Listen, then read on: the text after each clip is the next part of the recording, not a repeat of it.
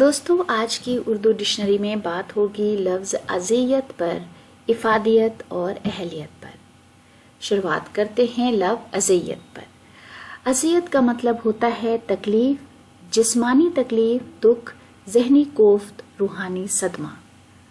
ہندی میں شاریرک کشٹ، دکھ، یاتنا، من میں ہونے والا دکھ اور مانسک پیڑا جیسے شبدوں سے ہم اسے سمجھ سکتے ہیں۔ انگریزی میں اس کے لیے ٹربل، سفرنگ، ڈسٹریس، انوائنس اور آپریشن جیسے الفاظ استعمال کیے جاتے ہیں۔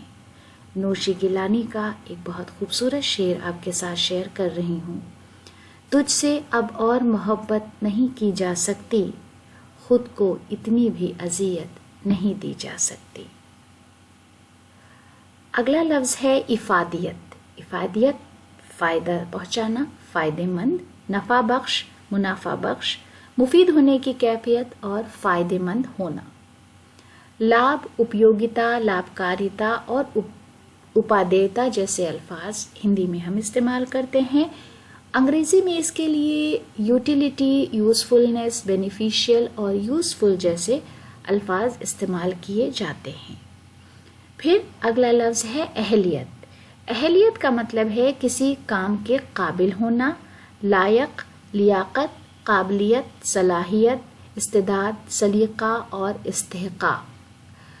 ہندی میں یوگیتا، پاترتا، نپورتا، دکشتا، گڑتا، گڑوتا جیسے الفاظ استعمال کرتے ہیں۔ انگریزی میں ability, eligibility, competence, skill, وردینس، qualification, fitness اور کیپیبلٹی جیسے الفاظ استعمال کیے جاتے ہیں۔ عامر امیر کا ایک شعر ہے، امتحان محبت کا پاس کر لیا میں نے، اب یہی میں لکھوں گا اہلیت کے خانے میں۔